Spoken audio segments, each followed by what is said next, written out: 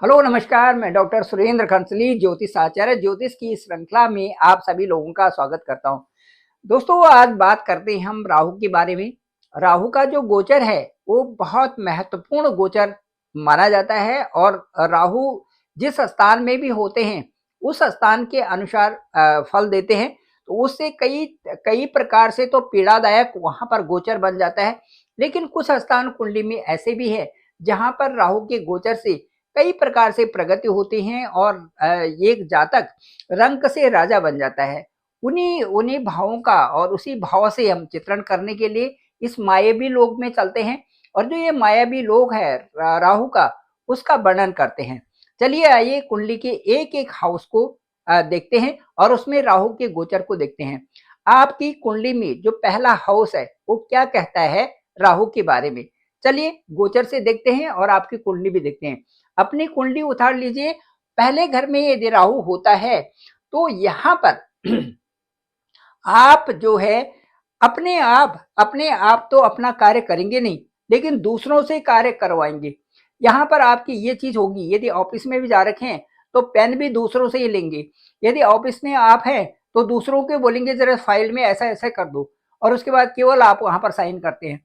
इसी तरह से फर्स्ट हाउस में जो राहु होता है वो चालाकी दिखाता है, और चालाकी दिखाने का मतलब है कि कहीं अपना काम पूरा हो जाए और उसके बाद कोई और मतलब नहीं है। इस तरह से फर्स्ट हाउस में राहु का जो ये रहता है।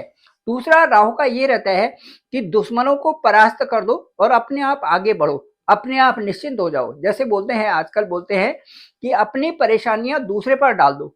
इस तरह से राहु का यहाँ पर ये इस तरह से माया यहाँ पर छाई रहती है।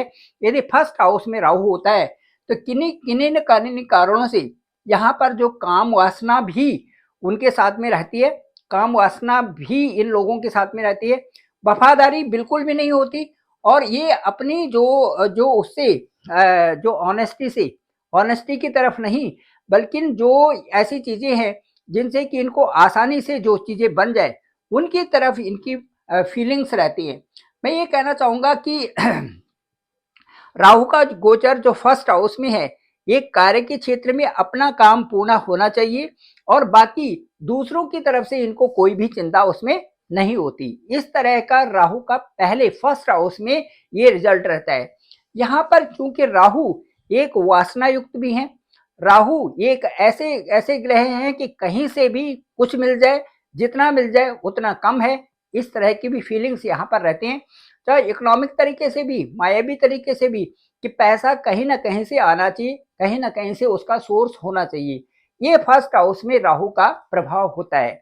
अब यदि हम दूसरे घर की तरफ यहाँ पर चलते हैं तो दूसरे घर में दूसरा हमारा जो घर होता है ये हमारा पैसे का धन संचय का होता है, धन का होता है। दूसरा इस स्थान को हम परिवार का कहते हैं और कुटुंब वाणी का स्थान ये इसको हम कहते हैं, कुटुंब का वाणी का ये स्थान हम कहते हैं।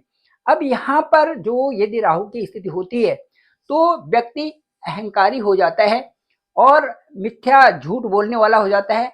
साथ साथ में यहाँ पर उनकी जो बोलने की जो वाचाल शक्ति होती है वो ज्यादा बढ़ती है, क्या बोल रहे हैं क्या नहीं बोल रहे हैं। इस तरह से यहाँ पर राहु के यहाँ पर होने से ये स्थिति यहाँ पर बन जाती है। साथ साथ में वह व्यक्ति गलत प्रैक्टिसेस में, शराब धंधा गुटखा पान, इन चीजों में भी जाने की संभावना बन जाती है। और इसके साथ साथ में वो यदि इसमें जाता है तो कई बार वो क्या करता है क्या नहीं करता है, उसका जो दिमाग है वो कई बार ऐसी चीजों में उलझा रहता है जहां पर वो किसी की परवाह नहीं करता, न किसी से डरता, और अपने ही लोक में चलता रहता है, अपने ही जो स्वभाव में चलता रहता है। इस तरह का स्वभाव यहाँ पर बना देता है। हालांकि उसको धन चाहिए होता है, लेकिन वो धन के लिए अपने लोगों को भी, अपने भाइयों को भी कोई कहीं भी इज्जत नहीं देता, और अपने हिसाब से ही चलना उसका एक कार्य बना रहता है सेकंड हाउस में। अब जब थर्ड हाउस की बात करते हैं तो थर्ड हाउस में राहु का गोचर बहुत अच्छा होता है। यहां से एक तो राहु पराक्रम से अपने कार्यों को भी करते हैं और उससे दूसरे लोगों से भी कार्य करवाते हैं। ये यहाँ पर राहु का एक बहुत अच्छा है। और कलयुग का जो किंग इसीलिए माना गया है कि कलयुग में यहाँ पर राहु होने से वो कलयुग में राजा की तरह वो अपना जीवन व्यतीत करते हैं। थर्ड हाउस का राहु जो होता है ये भाग्योदय कर देता है, आपकी मेहनत करवाता है और आपसे ऐसे कार्य करवाता है जिनसे कि आपकी मान प्रतिष्ठा भी आपको मिलती है। थर्ड हाउस में होने पे यहाँ पर आपकी आमदनी भी बढ़ती है और कर्म से आप धनवान बनते हैं, अपने कर्मों के बल पर आप धनवान बनते हैं। ये तीसरे हाउस का प्रभाव है। अब यदि कुंडली में यहाँ से हम यदि काउंट करते हैं 1 2 3 4 तो ये सुख स्थान होता है। चौथा स्थान सुख स्थान का होता है, माँ का स्थान भी होता है। तो इस स्थान में जो सुख स्थान है यहाँ पर जो जो ये कह सकते हैं कि माँ का स्वास्थ्य तो ठीक नहीं होता, यहाँ पर जीवन पर्यंत हमेशा आपकी माँ यही कहेगी कि मेरा स्वास्थ्य ठीक नहीं है, शुरू से और लास्ट तक। यहाँ पर राहु होने से ये चीजें होती है। दूसरा यहाँ पर जो जो एक जो आपके आपके साथ में जो उतार चढ़ाव चलते रहते हैं जिंदगी में, सुख के प्रति आपका आपका जो है आपका एक जिंदगी सामान्य तरीके से चलती रहती है। और उसमें ये कहना कि आप एकदम से राजा बन गए, ऐसा नहीं है। धीरे धीरे धीरे करके उन्मुक्त होकर के आगे पहुंचते हैं। और इसके साथ साथ में जो आपका बुढ़ापे की स्थिति होती है वहां पर आपको कई प्रकार के लांछन लगने का भी डर रहता है। सामने वाला या आपकी पत्नी क्यों न हो, लेकिन वो आप पर ये कह सकती है कि आपने ये किया, आप उसके साथ थे, आप उसके साथ थे, इसके साथ थे, उसके साथ से, इस प्रकार से यहाँ पर बातें बनती रहती हैं। बुढ़ापे में भी कई प्रकार से दुख होता है जिससे जातक मन में उन चीजों को लेता है जो कि एक बहुत प्रकार का बहुत गलत तरह से वो दुख ये जातक झेलता है यहाँ पे, क्योंकि उसकी अपनी यहाँ पर कोई गलती होती नहीं है। लेकिन उसको इस प्रकार से जो मान नहीं मिलता वो यहाँ पर राहु के होने से होता है। कलयुग में इस तरह से देखा गया है। और यदि कहा जाए तो चरित्र के रूप में अननेसेसरली उस पर जो ये ब्लेम होता है उससे कलयुग में का कंगाल भी वहां पर कहा जा सकता है कि सब कुछ होने के बावजूद भी इस तरह से मान प्रतिष्ठा पर उसके अननेसेसरली वहां पर दाग धब्बा लगता है। ये जो स्थान है यहाँ पर चतुर्थ स्थान। उसके बाद यदि पंचम स्थान की तरफ चलते हैं तो पंचम स्थान में जो राहु होता है यहाँ पर कई प्रकार के अलग अलग चीजों में विलंब कर देता है। चाहे वो आपकी प्लानिंग हो, चाहे आपकी हायर स्टडी हो, चाहे आपके संतान से संबंधित हो, संतान में भी विलंब कर देता है। और पत्नी आपको दुष्ट स्वभाव की भी मिल सकती है। यहाँ पे यदि पंचम स्थान का राहु है तो इससे संबंधित इनडाइजेशन, पंचम स्थान से हमारे पेट संबंधी चीजों को देखा जाता है। तो वहां पे जैसे लीवर की समस्या है या हमारे जो पाचन तंत्र की समस्याएं हैं, ये सब यहाँ से राहु पंचम स्थान से दिखा देता है। भोजन का सही न पचना यहाँ से दिखाता है। और मेहनत करके ही आप आगे बढ़ते हैं और हर हमेशा मेहनत पे ही लगे रहते हैं, और राहु का पंचम स्थान से ये देखा जाता है। उसके बाद यदि छठे स्थान में यहाँ पर राहु होता है तो छठा स्थान होता है ऋण, रोग और शत्रु का। तो इस स्थान में शत्रुओं को पराजय करने के लिए एक राहु काफी है। यदि बाकी कोई भी ग्रह कहीं पर भी हो, यदि कोई भी स्थिति बन रही हो, लेकिन यहाँ पर हो तो केस भी आपने जीतना है। आपका लीगल कोई भी मैटर्स है उसमें भी आपने ही आगे रहना है। साथ साथ में वहां पर कोई भी चीजें जो आपके साथ में चल रही हैं, चाहे वो परिवार से संबंधित है, चाहे वो समाज से संबंधित है, उनमें एक बलशाली होकर के राहु का प्रभाव बहुत अच्छा यहाँ पर रहता है। और उसके साथ साथ में यदि यहाँ पर ये देखिए 1 4 7 10 इन स्थानों में यदि बृहस्पति है और राहु यदि आपके छठे स्थान में है तो एक बहुत अच्छा योग बनता है जिससे आपको धन की प्राप्ति होती है। ये लक्ष्मी अष्टलक्ष्मी योग भी उससे कहते हैं। यदि 1 4 7 10 में यहाँ पर बृहस्पति है और आपके यहाँ पर राहु है तो इसमें लक्ष्मी योग बनता है जिसमें कि आपको अच्छे धन की प्राप्ति होती है और कलयुग के राजा की तरह आप यहाँ पर रहते हो, जातक रहता है। लेकिन राहु माया भी है। यदि किसी के पास पैसा जाता भी है तो 18 साल के बाद ऐसी स्थिति आती है कि फिर उसको वही कंगाल बना देते हैं। ये यहाँ से स्थिति से पता चलता है राहु का। 18 साल तक उसने बहुत बढ़िया ऐश वैभव समृद्धि साली जीवन व्यतीत किया, लेकिन उसके बाद फिर वही स्थिति आ जाती है। ये राहु की माया का प्रभाव है। उसके बाद ये सप्तम स्थान में देखते हैं तो सप्तम स्थान का जो राहु होता है ये पत्नी और व्यापार, ये इन चीजों के लिए ठीक नहीं है, क्योंकि सप्तम में हम व्यापार देखते हैं, पार्टनरशिप देखते हैं, साझेदारी देखते हैं। इसके लिए ये स्थान में राहु का होना ठीक नहीं है। साथ साथ में हमारा वैवाहिक स्थान है, उसके लिए भी यहाँ पर राहु का होना ठीक नहीं है, क्योंकि राहु वहाँ पर एक वैवाहिक जीवन है। वैवाहिक जीवन में वो दखल देता है कि जैसे उदाहरण के तौर पे खाना बना रहे हैं तो खाना जल जाना, खाने में कुछ अच्छा स्वाद ना आना, ये सारी चीजें राहु से समृद्ध होती है। इसमें पत्नी यहाँ पर खूबसूरत हो सकती है, लेकिन पत्नी पर बीमारियां होना, पत्नी के साथ में अपनी फिजिकल चीजें होना, तो ये सारी चीजें राहु यहाँ पर दे देता है। उससे क्या होता है, पत्नी का सुख भी नहीं मिलता और उस तरह से जीवन अच्छा भी नहीं चलता। तो ये चीजें यहाँ पर होती हैं सप्तम भाव में। यदि अष्टम भाव का राहु होता है तो अष्टम भाव में जो राहु का होना है यहाँ पे आयुष्य और धन इसके लिए तो अच्छा है, लेकिन ये धन की जो प्राप्ति होगी आपको अकस्मात ही कहीं से होगी। अकस्मात का मतलब है बिना मेहनत किए हुई, या तो आप परिवार से आपको जमीन होगी उससे धन मिल जाएगा। यदि आपका कई दिनों से बंटवारा नहीं हुआ होगा परिवार का, मकान का, तो वो चीजें आपको मिल जाएंगी। साथ साथ में इसके साथ साथ में जो चीजें हैं जिनसे आप लाभ प्राप्त कर रहे हैं वो बिना मेहनत की ही मिलेंगी। बिना मेहनत के ही आप चाहते हैं वहां पर आपके पास बहुत कुछ आ जाए और बिना मेहनत से ही आप जो है यहाँ के जागीरदार बन जाए, राजा बन जाए, इस तरह की प्रवृत्ति यहाँ पर होती है। तो ये चीजें जो यहाँ पर राहु का यहाँ पर होना है, ये कई प्रकार से कष्टदायक भी यहाँ पर हो गया अष्टम भाव का राहु। और ये जो है वैवाहिक स्थान के लिए भी ठीक नहीं होता, वैवाहिक जिंदगी के लिए भी ठीक नहीं होता। तो ये चीजें आपका यहाँ से है। कुटुंब में भी ये अलग करवा देता है और भाइयों से भी अलग करवा देता है यहाँ का राहु। अब उसके बाद यदि चलते हैं नवम स्थान में, तो जो नवम स्थान है भाग्य स्थान है, जो कुंडली का आपके होरोस्कोप का जो नवम स्थान है, यहाँ पर भाग्य भी है तो पिता भी है तो बॉस भी है, ये सारे लोग यहाँ पर आते हैं। यहाँ से आपकी तीर्थ यात्रा भी आती है। तो यहाँ से यहाँ पर राहु को होने का मतलब ये है कि आपको ज्ञानी है, सद्गुणों का भंडार भी बना देता है, भगवान में आपकी जो है श्रद्धा भक्ति भी बनाता है। साथ साथ में जो कई प्रकार से उपकार करना और उसके बाद जो है लोगों की भलाई करना, सर्वगुण लाना, परिवार के लिए अच्छा होना, ये चीजें नवम स्थान में राहु के आने से होती हैं। राहु का स्थान अच्छा भी होना चाहिए और अच्छी राशियों में भी यहाँ पर होना चाहिए।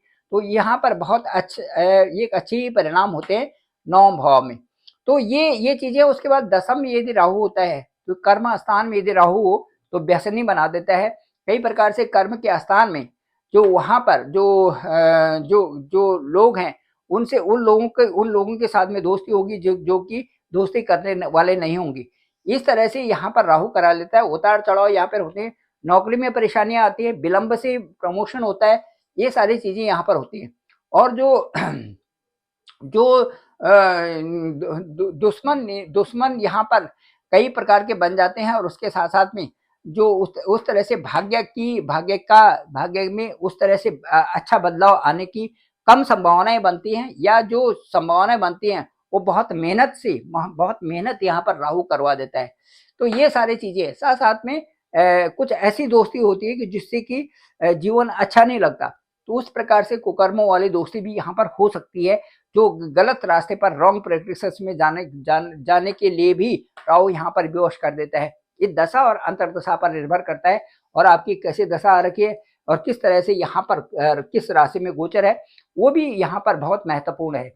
अब उसके बाद यदि हम एकादश भाव की बात करते हैं तो एकादश भाव में राहु को शुभ माना गया है। इसलिए माना गया है कि यहाँ पर एकादश भाव में ये आपकी इच्छाओं की पूर्ति भी कर रहे हैं, शुभ हैं, और यहाँ पर धन लाभ की प्राप्ति भी करते हैं। और यहाँ पर यदि हम बहेंगे तो भूमि वाहन ये सब चीजों की प्राप्ति करते हैं। विदेश नहीं जाना पड़ता, नेटिव प्लेस से ही आप काफी पैसा कमा लेते हैं। अपने ही घर में, अपने ही नेटिव में, अपने ही देश में आप व्यापार भी आपके लिए अच्छा होता है। साथ साथ में आपकी हायर एजुकेशन भी होती है, तो ये पुत्र के लिए और सब उसके लिए अच्छा है। और इसके साथ साथ में आप ये समझते हैं कि जो गलत प्रैक्टिसेस से भी न जाकर के सही प्रैक्टिसेस में जाकर के अच्छा पैसा आप यहाँ पर कमा लेते हैं। उसके बाद यदि 12वें स्थान के भाव की बात करें तो राहु का यहाँ पर जाना आपको कई प्रकार से जो है ये कर्मों के जरिए यहाँ पर दुश्मनों से भी कई बार मैत्री करा देता है और विदेश यात्रा जरूर करवाता है।